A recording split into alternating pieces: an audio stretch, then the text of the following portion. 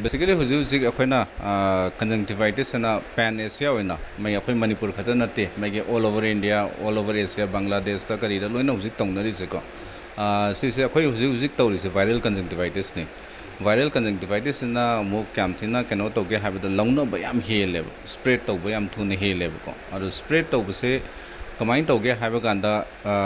yeng badagi mi anaba mu yengure kholure na haraga launa banate basically akhoi bagi patient dugi anaba dugi tholaiba magi misang haigadra pi tholaiba do adu the virus mayam shed tawri ne adu du ne adu akhoi na man anaba do na mami se nairu re haraga mana pot am pairamba like thongi handle oi bayai mana ising thamba glass or bayai bottle bu oi bayai ko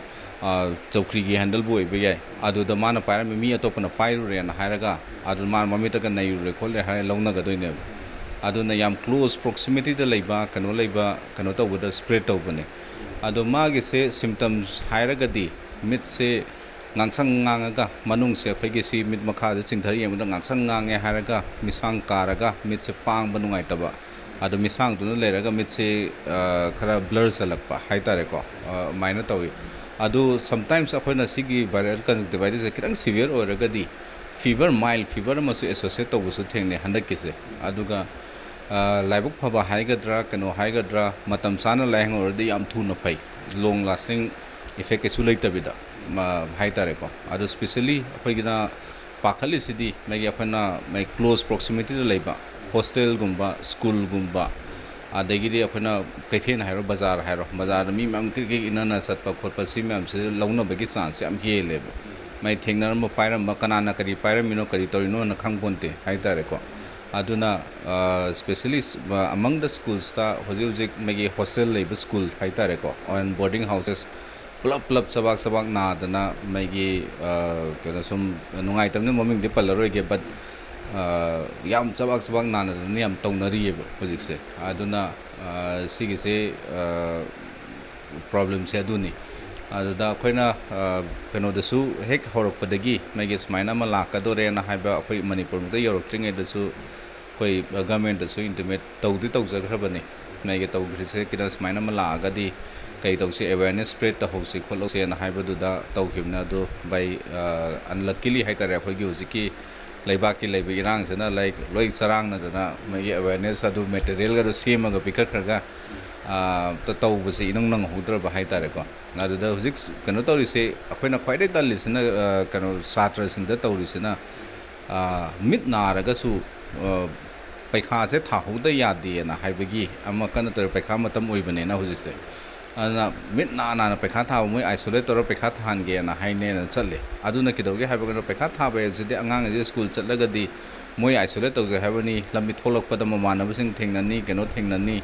ade sometimes nei kano boksaminar achaput boksaminar bayai adudi mathang spread toraga longna rei ne adu da khona na re khole haraga di I think the school authorities who magi khara de gyan ta bi bande phayen khale magi ISC angang sin min naram ne na exam si dagi exam torase na traga exam do khidang postpone torase na haibaduma khara tohonningi ngatra unnecessarily burden hingal leba adagi de plus akoina hoji uri base anga last 1 week ta jara hingal leba hoji peak yaudri na khalle megi akai se thuna di tawra ni megi peak se aduga phabuju dum thuna dum phagini aduga mayamna tawnarami se mai akoina lakpa kan da na ba lakpa kan sida school hostel gi authority na hidama mai ayama na pyramid se siplox di piraga hidak hapona haraga thadora po yawe ado si kanana advice torino kari torino kaino si viral ni viral se basically akhoi su kano to bakan da di magi self limiting di oido ni masa matanda khoina hida kaim to dra bhauda 2 weeks tadum phagi doini akhoina to doise mathak to da virus na ri mathak se da bacterial super infection gumba bacteria gumba kano gumba maksang soneng na sangak pa yabagi risk samalai adu to dana baina habagi prevent toraga magi care thamba khatani aduga patient sing se care to bakanda kari haitare yam section biba akhoi na haibu kana dose khud ham base nasai gi touch to budagi launa ga dori bo pot oi bane na mai angangi mamita hidak happy re natra misang sengdok piru re kano to re haraga di khud se sapon to ro phajana min manga to ro hamdok piba natra ga sanitizer hand sanitizer gumba ma toina sina biba ꯁꯤ ꯃꯌꯥꯝ ꯗꯔꯀꯥꯔ ꯂꯩ ꯏꯟꯐꯦꯛ ꯍꯧꯖꯤꯛ very ꯍꯥꯏ time ꯑꯉꯥꯡꯁꯤꯡꯗꯨ school ꯀꯥꯒꯦ ꯍꯥꯏꯔꯒꯗꯤ hand sanitizer ꯑꯃ ꯃꯩ ꯑꯩꯈꯣꯏꯒꯤ ꯀꯣꯔꯣꯅꯥ ꯃꯇꯝꯗ ꯃꯤ ꯃꯌꯥꯝ ꯂꯣꯏ ꯑꯦꯋꯦꯌꯔ ꯑꯣꯏꯅꯔꯤ ꯉꯥꯛꯇꯅꯤ ꯑꯗ ꯍꯦꯟ ꯁꯦꯅꯤꯇꯥꯏꯖꯔ ꯁꯤꯖꯤꯟꯅꯔꯦ ꯈꯣꯠꯅꯔꯦ ꯍꯥꯏꯔꯒ ꯄꯣꯠ ꯑꯃ ꯄꯥꯏꯗ꯭ꯔꯤꯉꯩꯗ ꯄꯣꯠ ꯑꯃ ꯄꯥꯏꯔꯨꯔꯦ ꯍꯥꯏꯔꯗꯤ ꯁꯦꯅꯤꯇꯥꯏꯖꯔ ꯇꯧꯔꯒ ꯍꯥꯝꯗꯣꯛꯄ ꯈꯣꯠꯇꯣꯛꯄ ꯀꯔꯤꯅꯣꯅ ꯈꯪꯗꯕꯅꯤꯅ ꯑꯗꯨꯅ ꯄ꯭ꯔꯤꯚꯦꯟꯁꯟꯒꯤꯗꯤ ꯑꯗꯨꯅ ꯈ꯭ꯋꯥꯏꯗꯒꯤ ꯐꯕ ꯃꯣꯁ ꯏꯐꯦꯛꯇꯤꯚ ꯋꯦ ꯑꯣꯏꯒꯗꯣꯏꯅꯤ ꯑꯗꯨꯒ ꯃꯩꯒꯤ ꯑꯩꯈꯣꯏꯅ ꯀꯩꯅꯣꯒꯨꯝꯕ ꯔꯨꯃꯥꯜ ꯁꯤꯖꯤꯟꯅꯕꯁꯦ ꯍꯦꯡꯀꯤꯒꯨꯝꯕ ꯔꯨꯃꯥꯜ ꯃꯤꯁꯥꯡ ꯇꯩꯊꯣꯛꯅꯕ ꯄꯤ ꯇꯩꯊꯣꯛꯅꯕ ꯔꯨꯃꯥꯜ ꯁꯤꯖꯤꯟꯅꯕꯁꯤꯃ ꯑꯩ ꯗꯤꯁꯄꯣꯖꯤꯕꯜ ꯑꯣꯏꯅ ꯁꯤꯖꯤꯟꯅꯍꯟꯅꯤꯡꯉꯤ ꯀꯩꯅꯣ ꯗꯤꯁꯄꯣꯖ ꯑꯣꯐ ꯇꯧꯈꯤꯕ ꯌꯥꯅꯕ ꯃꯤ ꯑꯇꯣꯞꯄꯅ ꯄꯥꯏꯗꯅꯕ ꯍꯥꯏꯇꯥꯔꯦꯀꯣ ꯂꯥꯏꯛ ꯐꯣꯔ ꯑꯦꯛꯖꯥꯝꯄꯜ ꯇꯤꯁꯨ ꯄꯦꯄꯔꯒꯨꯝꯕ ꯑꯃ ꯇꯧꯔꯦ ꯋꯦꯠ ꯋꯥꯏꯞꯁꯀꯨꯝꯕ ꯑꯃ ꯇꯧꯔꯒ ꯇꯩꯊꯣꯛꯑꯒ ꯁꯠ ꯂꯪꯊꯣꯛꯈꯤꯕ ꯌꯥꯕ ꯑꯣꯏꯔꯒꯗꯤꯀꯣ ꯂꯪꯊꯣꯛꯄ ꯍꯥꯏꯅ ꯑꯦꯕ꯭ꯔꯤꯋꯦꯔꯗ ꯅꯠꯇꯕ ꯄ꯭ꯔꯣꯄꯔ ꯋꯦꯗ ꯗꯁꯕꯤꯟꯗ ꯀꯩꯅꯣ ꯇꯧꯔꯒ ꯗꯤꯁꯄꯣꯖ ꯑꯣꯐ ꯇꯧꯕꯤꯈꯤꯕ ꯍꯥꯏꯇꯥꯔꯦꯀꯣ ꯑꯗꯨ ꯑꯣꯏꯔꯒꯗꯤ ꯁ꯭ꯄ꯭ꯔꯦꯗꯁꯦ ꯈꯔ ꯂꯤꯃꯤꯠ ꯇꯧꯒꯅꯦꯅ ꯈꯟꯖꯩ ꯌꯥꯔꯕ ꯑꯇꯩ ꯃꯔꯨꯑꯣꯏꯅ ꯍꯧꯖꯤꯛ ꯂꯥꯛꯏꯕ ꯀꯣꯏꯁꯟꯗꯤ ꯚꯥꯏꯔꯦꯜ ꯀꯩꯅꯣ ꯑꯃꯅꯤ ꯀꯩꯅꯣ ꯂꯩꯅꯥ ꯑꯃꯅꯤ ꯑꯗꯨ ꯁꯤꯁꯦ ꯀꯩ ꯍꯥꯏꯅꯤ ꯑꯉꯥꯡꯁꯤꯡꯒꯤ ꯃꯤꯠꯇ ꯃꯔꯨꯑꯣꯏꯅ ꯍꯥꯏꯗꯤ ꯇꯨꯡ ꯀꯣꯏꯅ ꯃꯤꯠ ꯎꯗꯕꯒꯤ ꯕ꯭ꯂꯥꯏꯟꯗꯅꯦꯁꯀꯨꯝꯕꯒꯤ ꯀꯦꯁ ꯂꯩꯒꯗ꯭ꯔꯥ ꯑꯗꯨꯃꯛꯇꯤ ꯂꯩꯔꯣꯏ ꯃꯩ ꯑꯩꯈꯣꯏꯅ ꯃꯇꯝ ꯆꯥꯅ ꯌꯥꯝ ꯊꯤꯅ ꯏꯐꯦꯛꯇꯤꯚ ꯑꯣꯏꯅ ꯇ꯭ꯔꯤꯠ ꯇꯧꯈ꯭ꯔꯒꯗꯤ ꯌꯥꯝ ꯊꯨꯅ ꯋꯤꯗꯥꯎꯠ ꯑꯦꯅꯤ ꯏꯐꯦꯛ ꯃꯩꯒꯤ ꯑꯩꯈꯣꯏ ꯍꯞꯇꯥ ꯑꯃꯒꯤ ꯃꯅꯨꯡꯗ ꯑꯗꯨꯝ ꯖꯔ ꯂꯥꯎꯅ ꯍꯟꯖꯜꯂꯒ ꯂꯥꯏꯛ ꯅꯣꯔꯃꯦꯜ ꯑꯦꯛꯇꯤꯚꯤꯇꯤꯁ ꯑꯗꯨꯝ ꯆꯠꯄ ꯌꯥꯏ ꯑꯌꯥꯝꯕꯅ ꯑꯗꯨꯗ ꯑꯩꯈꯣꯏꯅ ꯀꯦꯌꯔ ꯂꯧꯍꯧꯗꯕ ꯅꯠꯇ꯭ꯔꯒ ꯃꯥꯒꯤ ꯑꯩꯈꯣꯏꯅ ꯃꯤꯠꯁꯦ ꯅꯩꯒꯅꯣꯅ ꯍꯥꯏꯔꯒ ꯑꯉꯥꯡ ꯈꯔ ꯃꯥꯒꯤ ꯍꯗ ꯌꯥꯝ ꯀꯟꯅ ꯅꯩꯊꯠꯇꯅ ꯈꯣꯠꯇꯅ ꯇꯧꯕ ꯀꯥꯡꯕꯨꯗ ꯑꯩꯈꯣꯏꯒꯤ ꯃꯤꯠꯀꯤ ꯑꯃꯨꯕ ꯄꯣꯔꯁꯟ ꯑꯩꯈꯣꯏꯅ ꯀꯟꯖꯪꯇꯥꯏꯕ ꯀꯣꯔꯅꯤꯌꯥꯁꯦ ꯀꯟꯖꯪꯇꯥꯏꯕꯗꯒꯤ ꯀꯣꯔꯅꯤꯌꯥ ꯂꯥꯟꯁꯜꯂꯦꯅ ꯍꯥꯏꯔꯒꯗꯤ ꯈꯔ ꯕꯦꯔꯥ ꯀꯥꯔꯛꯄ ꯌꯥꯏ but dose R very rare ꯑꯗꯨꯗꯤ ꯀꯩ ꯍꯥꯏꯇꯥꯔꯦ ꯃꯤ ꯆꯥꯝꯃ ꯆꯅꯤ ꯅꯥꯕꯗ ꯃꯤ ꯑꯃꯈꯛꯀ ꯑꯣꯏꯕ ꯌꯥꯏ ꯑꯗꯨ ꯅꯠꯇꯅ ꯑꯌꯥꯝꯕꯅ ꯃꯦꯛꯁꯤꯃꯝ ꯀꯦꯁꯇꯤ ꯀꯔꯤꯝ ꯂꯥꯁꯇꯤꯡ ꯏꯐꯦꯛ ꯂꯩꯔꯣꯏ ꯖꯁ ꯅꯨꯡꯉꯥꯏꯇꯦ ꯍꯥꯏꯕꯒꯤ ꯋꯥꯔꯤꯅꯤ ꯃꯇꯝ ꯅꯥꯔꯤꯉꯩ ꯃꯇꯝ ꯅꯨꯡꯉꯥꯏꯇꯦ ꯍꯥꯏꯕꯒꯤ ꯋꯥꯔꯤ ꯈꯛꯇꯅꯤ ꯑꯗꯣ ꯂꯣꯡ ꯇꯔꯝ ꯚꯤꯖꯟꯗ ꯀꯩꯁꯨ ꯏꯐꯦꯛ ꯂꯩꯔꯣꯏ ꯑꯗꯨꯒ ꯃꯔꯨꯑꯣꯏꯅ ꯍꯧꯖꯤꯛ ꯑꯩꯈꯣꯏꯒꯤ ꯃꯃꯥꯡꯁꯤꯡꯗ ꯁꯤꯖꯤꯟꯅꯕ ꯃꯤꯊꯧ ꯑꯣꯏꯕ ꯂꯩꯅꯥ ꯑꯗꯨꯒ ꯍꯧꯖꯤꯛ ꯂꯩꯔꯤꯕ ꯍꯥꯏꯔꯗꯤ ꯀꯟꯖꯪꯇꯤꯚꯥꯏꯇꯤꯁꯀ ꯃꯥꯒꯤ ꯈꯦꯠꯅꯕꯁꯤ ꯈꯤꯇꯪ ꯀꯃꯥꯏꯅ ꯃꯤꯊꯧ ꯑꯣꯏꯅ ꯑꯩꯈꯣꯏ ꯃꯤꯠ ꯄꯣꯝꯕꯅꯤ ꯃꯥꯒꯤ ꯍꯧꯖꯤꯛꯀꯤꯁꯤꯅ ꯃꯥꯒꯤ ꯑꯩꯈꯣꯏꯅ ꯀꯟꯖꯪꯇꯤꯚꯥꯏꯇꯤꯁ ꯄꯦꯁꯦꯟꯁꯤ ꯌꯦꯡꯕ ꯀꯥꯟꯗ ꯃꯤꯠꯄꯨꯗꯤ ꯖꯦꯅꯔꯦꯂꯥꯏꯁ ꯑꯣꯏꯅ ꯄꯐꯤ ꯑꯣꯏꯅ ꯃꯥꯒꯤ ꯈꯤꯇꯪ ꯄꯣꯝꯈꯠꯄꯕꯨꯗꯤ ꯎꯒꯅꯤ ꯑꯗꯨꯒ ꯃꯥꯒꯤ ꯃꯤꯊꯧꯁꯤꯅ ꯃꯥꯒꯤ ꯂꯣꯀꯦꯂꯥꯏꯁ ꯑꯣꯏꯅ ꯃꯥꯒꯤ ꯑꯩꯈꯣꯏꯒꯤ ꯅꯥꯏ ꯆꯥꯔꯒ ꯇꯪ ꯃꯆꯤꯟ ꯌꯥꯎꯔꯒ ꯂꯩꯒꯅꯤ ꯁꯤꯁꯤꯅ ꯃꯥꯒꯤ ꯑꯩꯈꯣꯏ ꯃꯤꯠꯁꯦ ꯉꯥꯡꯁꯪ ꯉꯥꯡꯉꯦ ꯍꯥꯏꯔꯒ ꯂꯥꯏꯛ ꯃꯤꯁꯥꯡ ꯄꯛꯑꯒ ꯂꯩꯕꯒꯤ ꯋꯥꯔꯤꯅꯤ ꯃꯔꯨꯑꯣꯏꯅ ꯁꯥꯔꯅ ꯊꯝꯕꯤꯕꯗ ꯍꯦꯜꯊ ꯍꯥꯏꯖꯤꯟ ꯀꯩꯅꯣꯒꯤ ꯍꯦꯟ ꯁꯦꯅꯤꯇꯥꯏꯖꯦꯁꯟ ꯁꯤꯒꯤ ꯄꯣꯠꯁꯤꯃ ꯌꯥꯝ ꯁꯤꯗꯩꯁꯤꯗ ꯃꯔꯨꯑꯣꯏꯅ ꯑꯉꯥꯡ ꯈꯛꯇ ꯅꯠꯇꯅ ꯃꯃꯥ ꯃꯄꯥꯒꯤ ꯑꯣꯏꯕ ꯔꯣꯜꯁꯤꯅ ꯀꯃꯥꯏꯅ ꯇꯧꯒꯦ ꯃꯃꯥ ꯃꯄꯥꯗꯁꯨ ꯃꯣꯏꯁꯨꯅꯦ ꯍꯥꯏꯁꯦ ꯃꯥꯒꯤ ꯑꯦꯅꯤꯊꯤꯡ ꯀꯩꯅꯣꯝꯃ ꯇꯧꯔꯦꯅ ꯍꯥꯏꯕ ꯀꯥꯟꯗꯗꯤ ꯃꯃꯥ ꯃꯄꯥꯅ ꯀꯦꯌꯔ ꯂꯧꯗꯣꯏꯅꯦ ꯑꯉꯥꯡꯗ ꯑꯦꯅꯤ ꯅꯥꯔꯦ ꯍꯥꯏꯔ ꯀꯥꯟꯗꯗꯤ ꯑꯗꯨꯅ ꯃꯣꯏꯁꯨ ꯅꯥꯔꯛꯄ ꯌꯥꯕꯒꯤ ꯆꯥꯟꯁ ꯌꯥꯝ ꯋꯥꯡꯅ ꯂꯩ ꯑꯗꯨꯅ ꯃꯣꯏꯃꯛꯁꯨ ꯏꯃꯨꯡ ꯃꯅꯨꯡꯁꯨ ꯂꯩ ꯑꯩꯈꯣꯏꯅ ꯍꯥꯏꯁꯦ ꯑꯅꯥꯕ ꯃꯤꯗꯨ ꯈꯛꯇ ꯅꯠꯇꯕꯗ ꯅꯥꯗꯕ ꯃꯤꯁꯤꯡ ꯏꯃꯨꯡ ꯃꯅꯨꯡꯗ ꯂꯩꯔꯤꯕꯁꯤꯡꯗꯨꯁꯨ ꯑꯩꯈꯣꯏ ꯁꯦꯅꯤꯇꯥꯏꯁ ꯇꯧꯊꯣꯛꯇꯅ ꯈꯣꯠꯇꯅ ꯄꯣꯠ ꯑꯃ ꯄꯥꯏꯔꯨꯔꯦ ꯈꯣꯠꯂꯨꯔꯦ ꯍꯥꯏꯔꯒꯗꯤ ꯑꯗꯨ ꯐꯖꯅ ꯇꯧꯕꯤꯕ ꯐꯩ ꯑꯗꯨꯗ ꯈꯔ ꯀꯦꯌꯔ ꯂꯧꯗꯕꯗ ꯏꯁꯄꯦꯁꯦꯜꯂꯤ ꯃꯃꯥꯁꯤꯡꯁꯦ ꯑꯉꯥꯡ ꯃꯆꯥ ꯑꯣꯏꯔꯒꯗꯤ ꯃꯃꯥꯁꯤꯡꯅ ꯑꯌꯥꯝꯕ ꯁꯦꯟꯅꯕ ꯑꯣꯏ ꯀꯣ ꯑꯗꯨꯅ ꯑꯉꯥꯡ ꯑꯍꯥꯟꯕꯗ ꯄꯨꯔ ꯂꯥꯛꯑꯃꯅꯤ ꯃꯊꯪꯗ ꯃꯃꯥꯁꯨ ꯌꯥꯎꯔꯒ ꯄꯨꯂꯞ ꯂꯥꯛꯑꯅꯤ ꯁꯤ ꯑꯗꯨꯝ ꯀꯩꯅꯣ ꯊꯦꯡꯅꯔꯤꯅꯦꯕ ꯊꯦꯡꯅꯗꯕꯗꯤ ꯅꯠꯇꯦ ꯑꯗꯨꯗ ꯍꯣꯜ ꯐꯦꯃꯤꯂꯤ ꯏꯐꯦꯛ ꯇꯧꯕꯁꯨ ꯂꯥꯏꯛ ꯅꯍꯥꯟ ꯐꯦꯃꯤꯂꯤ ꯑꯃ ꯂꯥꯛꯑꯝꯃꯦ ꯃꯣꯏ ꯃꯤ 6 ꯂꯩꯌꯦ 6ꯃꯛ ꯄꯨꯂꯞ ꯅꯥꯔꯦꯅ ꯇꯧꯔ ꯂꯥꯛꯑꯝꯕꯁꯨ ꯌꯥꯎꯔꯤꯅꯦꯕ ꯃꯣꯏ ꯑꯉꯥꯡ ꯑꯃ ꯅꯥꯔꯛꯄꯗꯒꯤ ꯑꯗꯨꯅ ꯃꯣꯏꯒꯤ ꯈꯔ ꯆꯦꯛꯁꯤꯟꯅ ꯀꯩꯅꯣ ꯇꯧꯅ ꯂꯩꯕꯤꯕ ꯇꯥꯕ ꯑꯗꯨꯗ ꯑꯉꯥꯡ ꯅꯥꯔꯦꯅ ꯍꯥꯏꯔꯒ ꯑꯃꯅ ꯑꯃꯨꯛ ꯆꯪꯁꯤꯜꯂ ꯑꯃꯨꯛ ꯄꯥꯏ ꯑꯃꯅ ꯑꯃꯨꯛ ꯆꯪꯁꯤꯜꯂ ꯑꯃꯨꯛ ꯄꯥꯏ ꯀꯩꯅꯣ ꯇꯧꯕꯤꯗꯕ ꯑꯗꯒꯤ ꯑꯩꯈꯣꯏꯅ ꯃꯥꯒꯤ ꯃꯇꯝꯗ ꯍꯤꯗꯥꯛ ꯃꯇꯝ ꯆꯥꯡ ꯅꯥꯏꯅ ꯍꯥꯞꯄꯦ ꯍꯥꯏꯔꯒ ꯔꯦꯁꯄꯣꯟꯁꯤꯕꯤꯂꯤ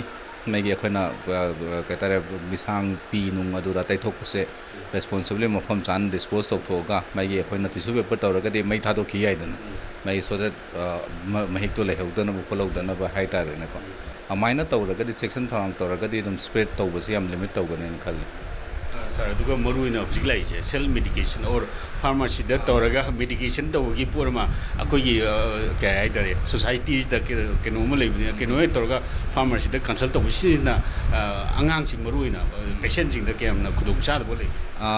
ꯕꯦꯁꯤꯀꯦꯂꯤ ꯍꯤꯗꯥꯛ ꯆꯨꯝꯅ ꯄꯤꯕꯤꯔꯒꯗꯤ ꯀꯩꯁꯨ ꯀꯥꯏꯗꯦ ꯈꯪꯉꯒꯗꯤꯀꯣ ꯑꯗ ꯏꯟꯐꯦꯛ ꯑꯩꯈꯣꯏ ꯍꯥꯏꯁꯨ ꯍꯥꯏꯔꯗꯤ ꯂꯥꯏꯛ ꯑꯅꯥꯕ ꯑꯃ ꯄꯨꯔ ꯂꯥꯛꯑꯒꯗꯤ ꯅꯣꯏ ꯏꯃꯨꯡꯗ ꯑꯇꯣꯞꯄ ꯅꯥꯔꯒꯁꯨ ꯁꯤꯗ ꯂꯥꯛꯇ꯭ꯔꯒꯁꯨ ꯁꯦꯝ ꯍꯤꯗꯥꯛꯁꯦ ꯂꯩꯔꯒ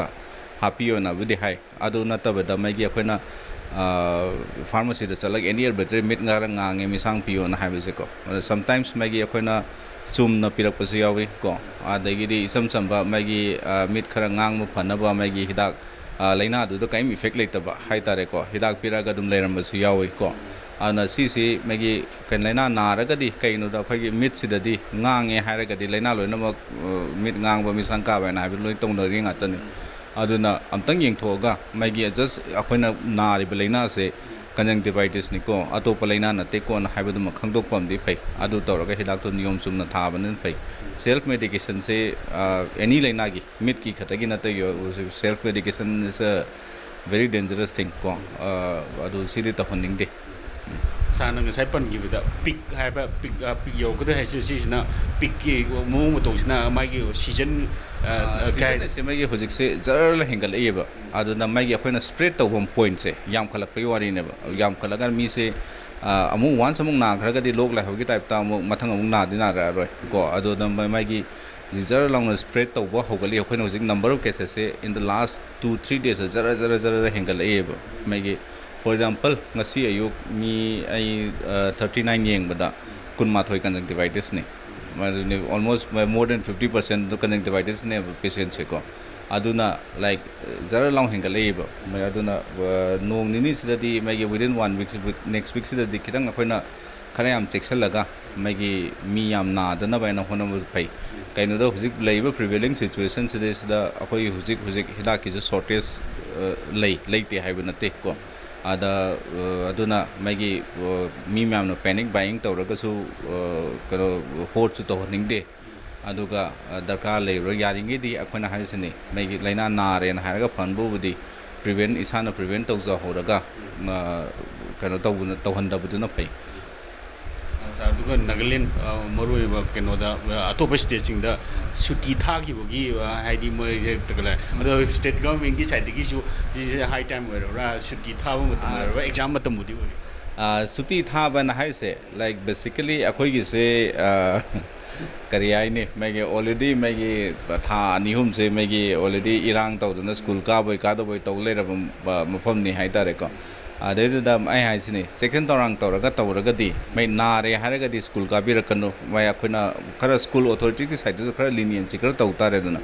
mit nare haraga di mai exam tha ta di matham promotion piroi na traga kano mark phangoi kholoi na haibro to bida moi gi ko na faraga na thana ba na habigi khara sindok sinjin tawraga di dum school se thingdra bha dum yadi ya ne na khalle mai gi akhoi na hujik pura oina mai gi khara hostel level school khara hostel la leiba angang sing loina pulap nare kaina haiba school khara yauri haitare ko maigi adugumba school du di amaina ga nara ga di thingjan ga dawani na adu gi stage so yogdraga di dum maigi mi amani na ba khot pai du di akhona isolate torega ana teacher should be very vigilant mamit ngangi se kari gino angang mamit ngangi mamit hanjan paire khole hairaga di kaidawi khole na haibu hangba ma ko hangaga maigi angang do thuna isolate to ho atopa mi da pidring da amaina khara vigilant oiraga di thing dra bho dum ya ga ne na khali sir dugo final ka hai da mayam da message hai da viral conjunctivitis ki case ma huji stage la apis da final mayam da plus ma pa oi bising da hi message say like panic to go nati maigi this is maigi akhoi gi kano ni seasonal kano gumne lok la hogumane na khanse magi laaga adum hidak matam chana tawraga de num jarlong pharaga lasting effect kaim lei ga dobu nate aduna mayam panic to gumse magi akhoi narakta na ba na habegi magi hygiene haitare ko hygiene je phajana maintain tawna khutsa phajana hamdana khangdaba pot mina kanana pairame kholame khangdaba pot sma tap hek paidaba kotaba adagidi mit khara ngang ba hore kano to ba hore de doctor da thuna report to biba so that akoina once amu akoina hidak se tha ba hograga di within 1-2 days ta mai gi viral shedding to handan ba ya ko aduna mai gi amaina panic to gi gumsi adum matam chana doctor da yenga ga dum lainga ga kara hygiene to raga dum control to ya ga do pon